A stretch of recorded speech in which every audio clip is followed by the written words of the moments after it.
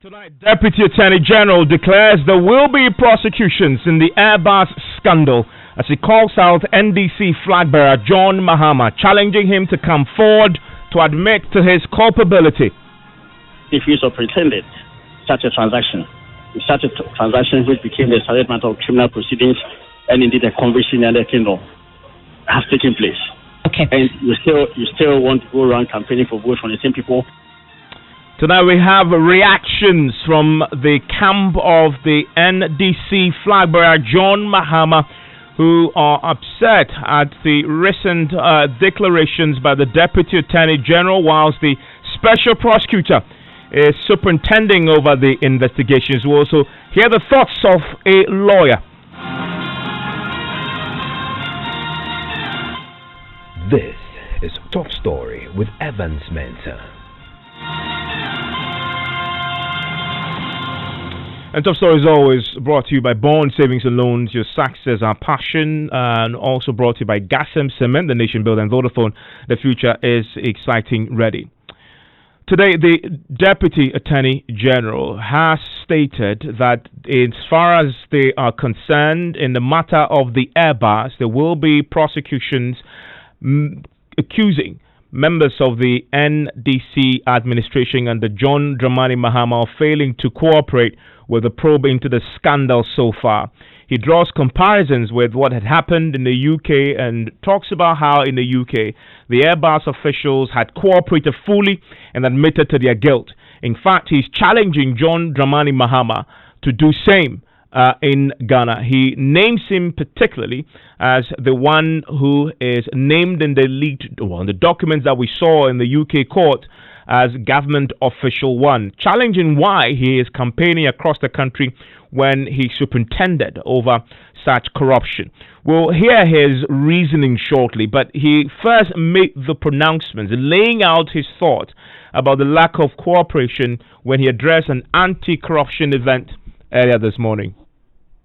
The most important lesson to be drawn from the Airbus scandal, as far as I'm concerned, is the innovative reform made by the UK legislation insofar as the prosecution of some commercial crimes is concerned.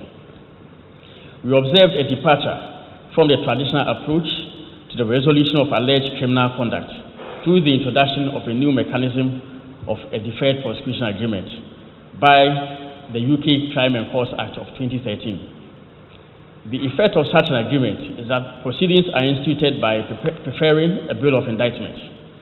Same may be deferred on terms including the payment of financial penalty, compensation, payment to charity, and disgorgement of profit.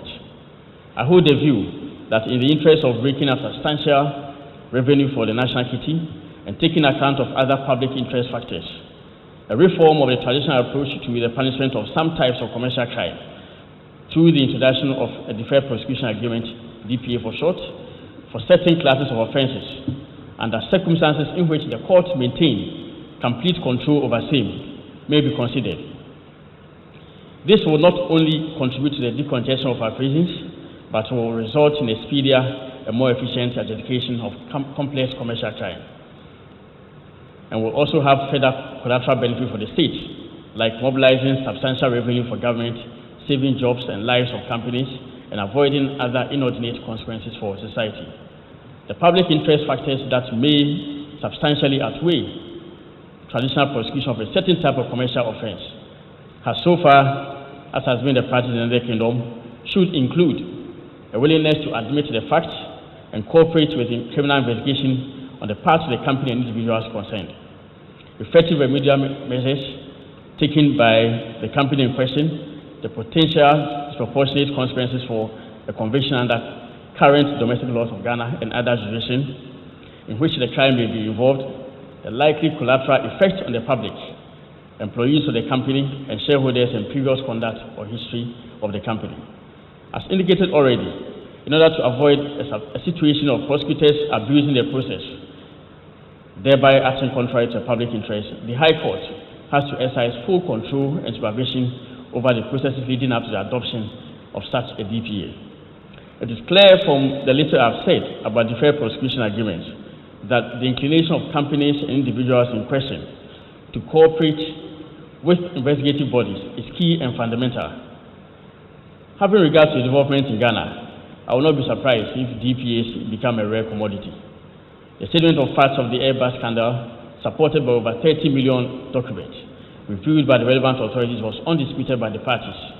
However, it is remarkable that in spite of the clear, uncontroverted facts of the case, the key government officials in Ghana who negotiated the illicitly procured 3 aircraft for Ghana have maintained utter silence about same, as if there was no such transaction or the principal actors do not exist.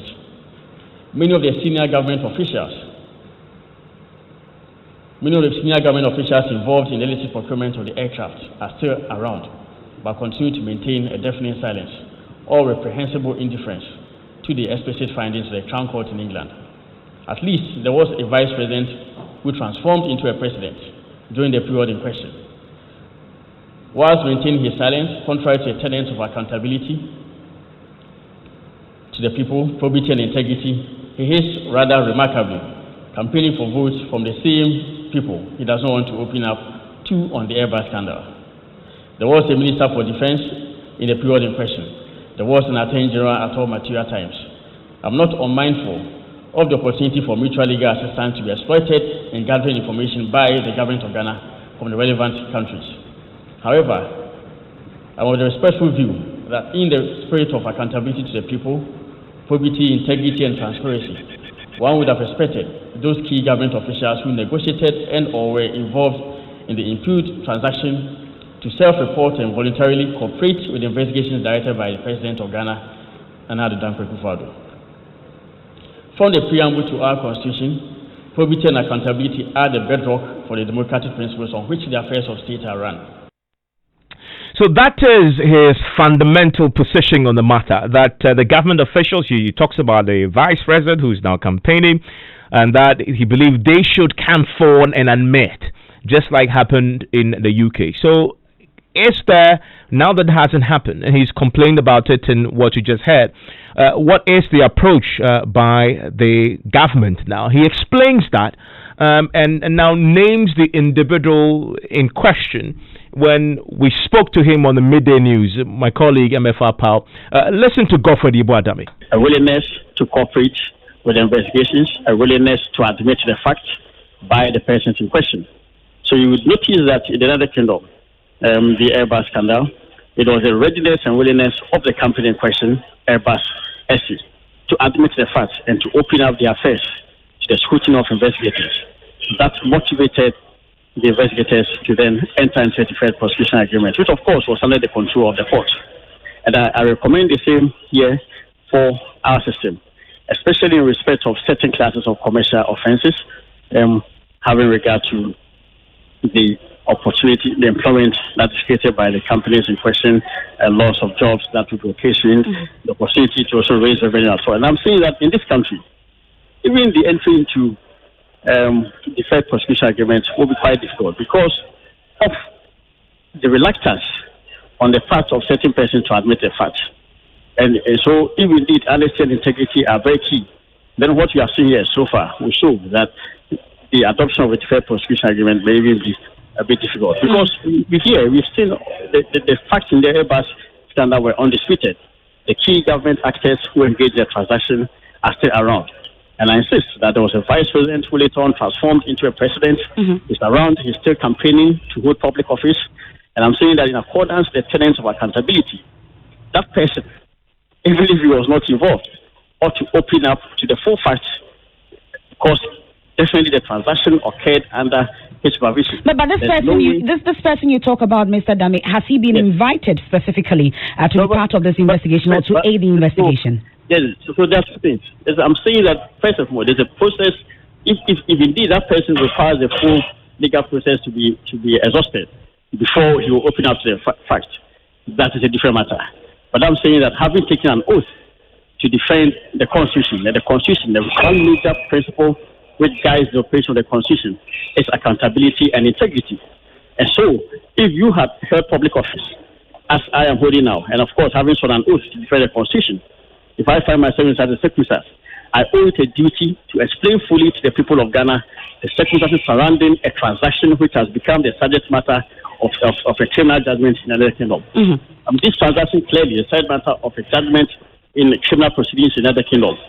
And certain a company has been fined to the tune of almost 3 billion on account of one of the transactions issue. And one of them related to a matter that occurred during the presidency, the vice presidency, and the presidency of a certain individual. And I cannot reconcile how a person could, in defiance of the principle of accountability, not open up to the people of Ghana on a transaction that he himself played a role in, and at the same time be going around to the people of Ghana canvassing votes for the same people of Ghana. Now, Mr. Dami, my colleague rightly said that you've written to the UK and US authorities on this.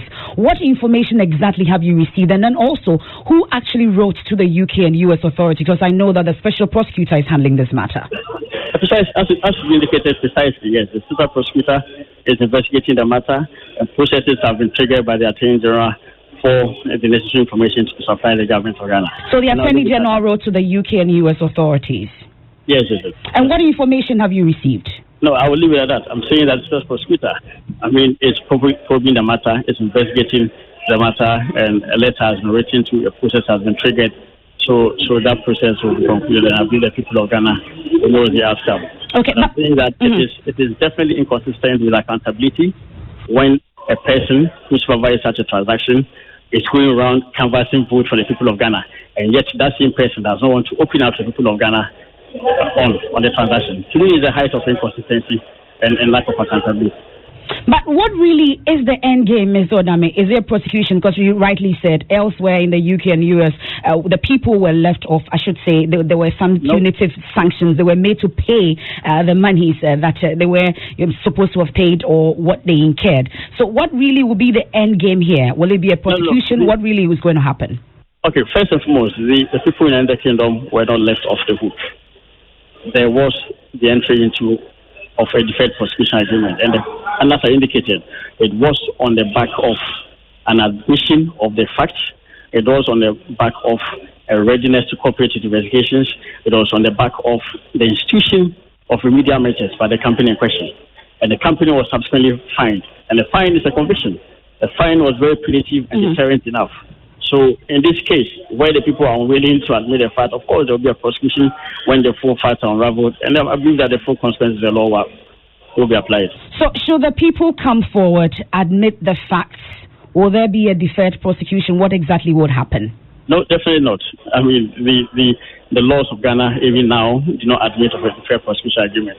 So indeed, those were recommendations that I was making for a reform of the process for the punishment of commercial crimes, certain classes of commercial crimes. It's not every commercial crime. It's not plain corruption. It's not plain thievery. It's not plain theft that will be admitted in the deferred prosecution agreement. Okay, but I still did not get the nature of the offence that was investigated in the UK. Definitely may be a little bit different from what the circumstances in Ghana warrant.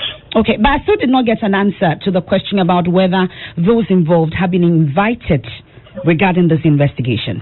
Well, I believe they've been invited. The whole nation will be aware. Yes. They've not been invited, or if they've been invited, the whole nation will be aware. What exactly are you saying? What I'm saying is that definitely they've not been invited because the process was triggered recently. I mean, the referral to the trial prosecutor was even not more than 2 weeks ago, if my memory serves me right. And that thing also wrote very recently, triggering a process of mutual legal assistance. But finally, Mr. Dami, since you are expressing an opinion on the matter today, I would want to find out from you, there's an opinion also going around that this is a political tool for the NPP, especially in an election year. How can it be a political tool? I think that it was pretty much unsolicited. The Evans scandal was very much brought upon the NDC by the NDC itself. It was a transaction that occurred between 2011 and 2015. At that time, the NDC was not in office. The actors acted voluntarily.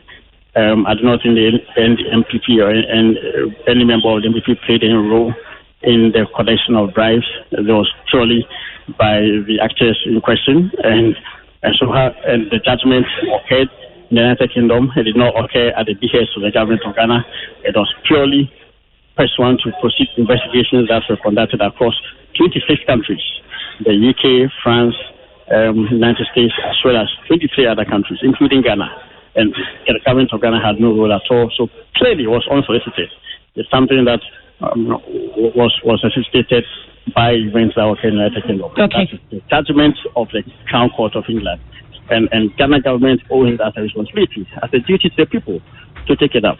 I think that clearly, is the best form of, or the best demonstration of the fight against corruption, the best demonstration of a commitment to uphold the rule of law, is by President Nana Akufo-Addo to have ordered investigations into the matter.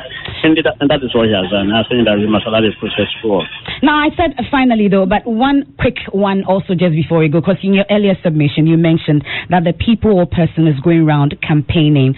I would want to find out specifically from you who you're referring to. Oh, I'm referring to the vice president who transformed into a president and won and lost the first won election in 2012 and lost 2016 elections. And his name is? Campaigning to come back again in 2020. And I'm saying that if... Are you referring to Mr. John Dramani Mahama? Absolutely.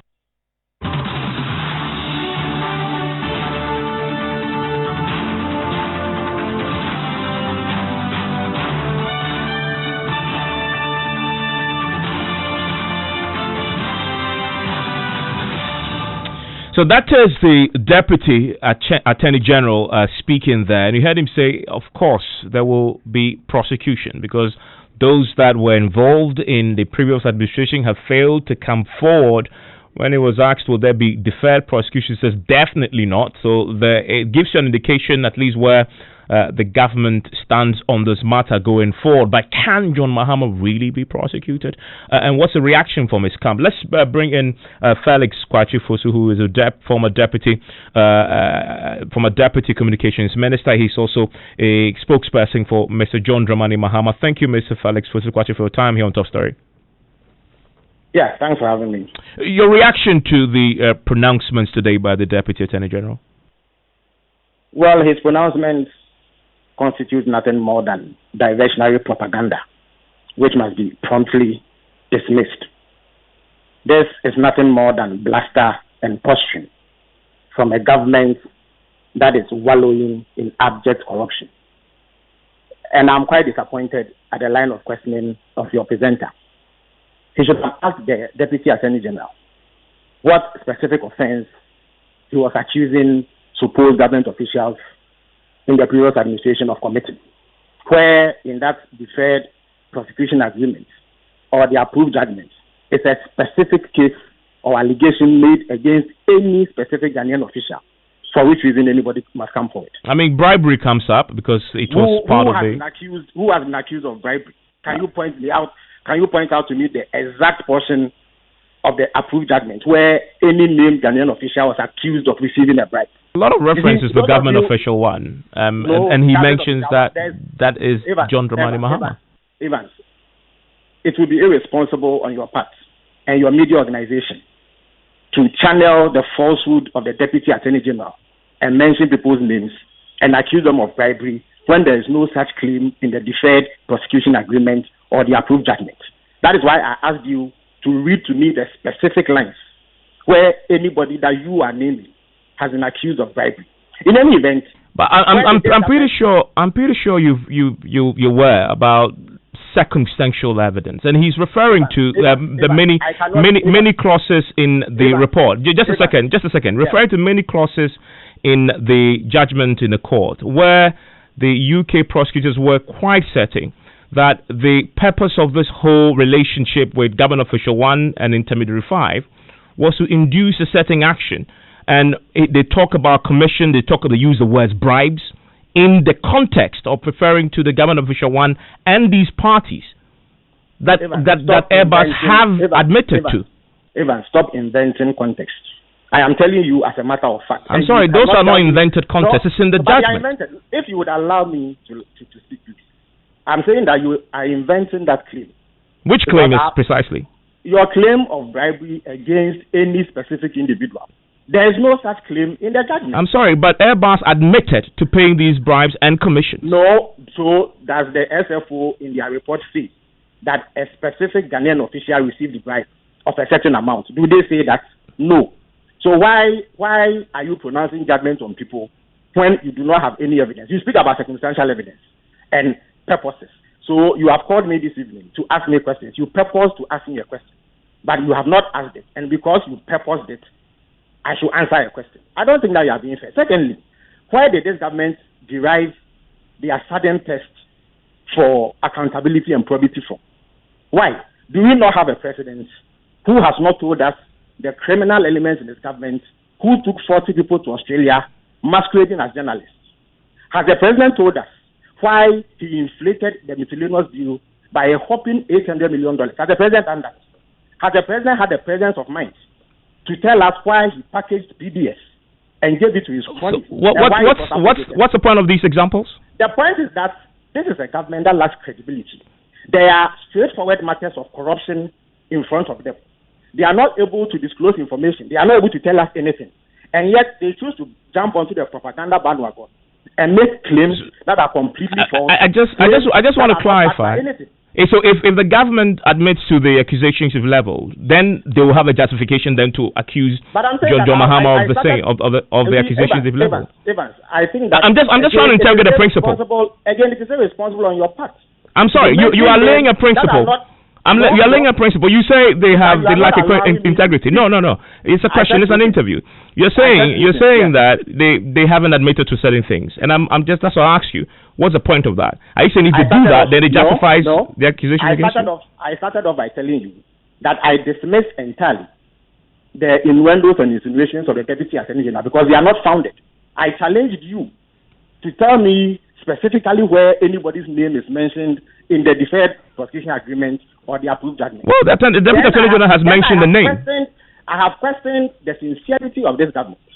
And I find it troubling that you as a journalist do not find it worrying that in clear instances of corruption before this government, they have hidden information. They will not tell you who took people to Australia masquerading as journalists. And yet you are launching onto their bandwagon and mentioning names that you have no proof of. I'm sorry, but I'm a journalist. My job is to ask you questions. Do you have answers to them or you don't? And if the government, what government decides to do is what government decides to do. When I have the government rep on my show, Mr. Felix Kwachifosu, I will ask the questions of them. Right now, you are on my show. That's why I'm asking you these questions. Don't bring in what government is doing or not doing because you are not on my show to answer my questions. You get my point? You had the Deputy Attorney General. You have played his full interview, and yet you failed to put these questions to him. What questions? The question that should have elicited proof from him about any specific individual who has been accused of wrongdoing or any evidence to that effect. He didn't do that. You've heard him say. But I'm saying that it is your duty as a journalist to probe the claims he makes. Well, that particular claim was probed, Mr. Kwachifosu. His point was he was clear that as far as is concerned, there will be prosecutions. When that time comes and it goes to court, you will see, I guess, and that's where really the court of competent jurisdiction comes to play, not on the media circus. He says when that goes to court, prosecutions will happen, and then they'll have to produce the evidence. Evans, you are not allowed as a journalist to repeat names of people and accuse them of wrongdoing when you do not have evidence of sin. The Attorney General comes on your show, makes claims that you do not challenge. You do not ask him to furnish you with any evidence. All that he engaged in was speculation. He mentioned. I'm sorry. If you listen to the interview, and that is his assertion, whether they are true or not is his. He mentions the references, the court documents that we all read, as the basis for the conclusions that he's come to. So you disagree. Excuse me. You disagree with the basis of his conclusions. Absolutely. Yes, absolutely. but that's a different comment. You disagree with the basis of the conclusion. Absolutely. But I'm saying that the same way you are in a hurry to mention names, it should have occurred to you to probe further. So that was probed, and you just said, excuse me, you had too many principles you're bandying about. You just said that you disagree with the basis of his allegations. So in there is an admission that he points to a certain basis That was a result of the questions he was asked. Evans, he points to something that does not exist. In any event, is it not the same government that issued a statement saying that the matter has been referred to the special prosecutor? One would think then that they respect the independence of the special prosecutor, and therefore they would allow him to conduct investigations into the matter and come out with his conclusions. On what basis does the Deputy Attorney General jump the gun and mention names, fail to provide evidence, and purport to have written to the British government asking for information? That is why I'm questioning the sincerity and the candor of the Deputy Attorney General in this matter. That is why I had hoped that you will probe further and point out these inconsistencies to him. But we have a government that is engaged in criminality all over the place. A government that cannot punish wrongdoing in its own fold, going about wasting everybody's ears, dabbling in speculation. And let's keep to your principle. What's your evidence then? Why? Do you need me to tell you that people were taken to Australia posing as journalists? You were not in this country when the president gave approval to a deal that everybody knows is inflated by $800 million. Well, I'm sorry. What you're mentioning to me, fellas, are facts that are known. Same as the facts that are known about the sale of Airbuses to Ghanaian officials. Those are facts as well. But you didn't stop you from questioning the validity of those claims nonetheless. So you just mentioned facts. We know them. But as to who exactly was responsible, that's the fact and the evidence I'm asking you for. Evans, I am challenging you. You still have not answered the question. You see, when you make a claim, you must be able to back it with facts. I'm telling you that there's nowhere in that court document where anybody's name is mentioned or a specific wrongdoing is attributed to a Ghanaian government. So in your example with the people who traveled, who exactly are you mentioning? What's your evidence there? It was Ghost. It was my mom who took people to Australia. If you don't know that, it was government officials who did that. I would appreciate if you use temperate language in the conversation. But when you bring in your, I'm sure even your mom listening will not be happy that you're bringing up his name in this conversation the way you are. That's probably disrespectful. Evans, it's your mom you're talking about here. I'm surprised you're using his name, her name in this context. So you cannot hold me, my mom, or anybody else responsible for that Australia scandal beyond government officials. That is the point I was seeking to make. In any event, there was an investigation. How come that you are not interested in finding out who did it? Up till now, nobody has told us anything. The president hasn't said anything. The president has never told us anywhere why he took a deal to Parliament that was inflated by $800 million. The PBS scandal. What has the president told us about it? So when Godfrey Dame claimed that somebody is campaigning to be re-elected, don't we have a president who wants to be re-elected who has kept quiet about these scandals? So where is the equity? Why is he coming to seek equity with sword hands? That is the point that I seek to make. And I think that those of you in the media too must refrain from allowing people to make claims and getting away with it. He did not provide any basis. He didn't provide you with any evidence. He didn't show you anywhere in the document that the court put out that specifically states that any government official has taken any amount of money in terms of bribery. The court documents don't say that. And yet you keep on repeating it and dropping it. That is what I want you to refer. So let's come back to, nonetheless, he mentions the name. He's a Deputy Attorney General. He says this will go to court. He mentions John Mahama's name, and the reason why I called you. He's headed. If he believes that he's been maligned, he has a cause to take this matter up, will he? But of course, why? This is a government that makes all manner of claims. The point is that as we speak, there is supposed to be an official investigation by the special prosecutor. That process has not been concluded. As we speak, no formal allegation has been made against any known government official. That is the point that I keep on stressing. Yeah, I mean, but it comes back to the point. Sorry, it comes back to the point I just asked earlier. You've all through this conversation said that names have been bandied about without basis. In fact, you just re-emphasized it. The investigations are not completed, and yet names are being bandied. John Mahama's name has been bandied about, including the Deputy Attorney General doing so. I'm saying, if all that you say is what it is, that there's no basis, he's been maligned. He's been defamed, and yet he takes no action. So simply because he has taken no action, we cannot point out that what they are saying is wrong. I'm sorry. Either you want to, or you keep quiet and people bandying around. You have a cause in court. I mean, I'm just curious. I'm just asking a question. I'm just curious that the NDC and John Mahama spokespeople have said it's not him. Don't bandy our name around. They keep doing so, and you say you're not taking any action. So your proof that the claims are false is only when it is challenged in court. Is that the logic? No, it's just a question I'm asking. He's not interested in defending and clearing his own name when he has an election to run and people are running him down. Listen, Evans, when the matter came out, there was a formal statement from the NDC signed by the former Attorney General putting out our position. The former president can exercise his right to go to court against anybody. But he chooses not to? No, Evans, listen to me, and I think that you are interjecting unnecessarily. In between the time that the allegation is made and the time he goes to court, nothing stops him from pointing out forcefully, as I'm doing, that the allegations are false. I don't think that your claim that the only time when... I'm sorry, I think you are missing a question and a claim. It's a question. I don't know why... I'm asking you, it's a question. No, it's not. I'm not asking you to answer a certain way. That we have not gone to court. And so because we have not gone to court, we cannot... It's a question. Will John Mahama pursue this matter in court to clear his name or not? Listen, I have not spoken to Mr. Mahama about what course of action he is going to take. I can only tell you that the Deputy Attorney General peddled falsehood. I can also challenge your claims on this show, where you seek to bandy names and support the claims of the Deputy Attorney General, that they are false. But Mr. Mahama reserves the right to take any action he wants. Until he does that, nothing stops us from forcefully challenging these claims. And I also don't think that the logic you are espousing, that until one goes to court, he cannot point out falsehood that is being peddled about him, is a bit flawed. That is the point that I seek to make. But as for this government, they do not have credibility when it comes to fighting corruption. They cannot even go for low-hanging fruits. Where clear evidence exists of wrongdoing against their members, they don't take any action. On what basis must they be taken seriously when they start banding about names? In any event, why are they not respect the office of the special prosecutor that they themselves refer this matter to? Why are they jumping the gun? Why do they feel that there is political dividends to be gained from this matter when we know that the entire government is rotten and that they are neck deep in corruption? Felix, I'm grateful that you joined us. My pleasure. That's Felix Kwachifosu. He speaks. He's a spokesperson in the office of the former president.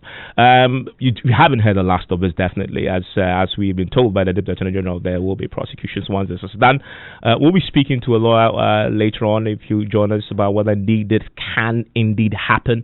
Plus, would this amount to interference when the special prosecutor is indeed prosecuting? Can the Deputy Attorney General make these pronouncements about prosecution when it is the prerogative, some may suggest, of the special prosecutor? Newsnight starts right now.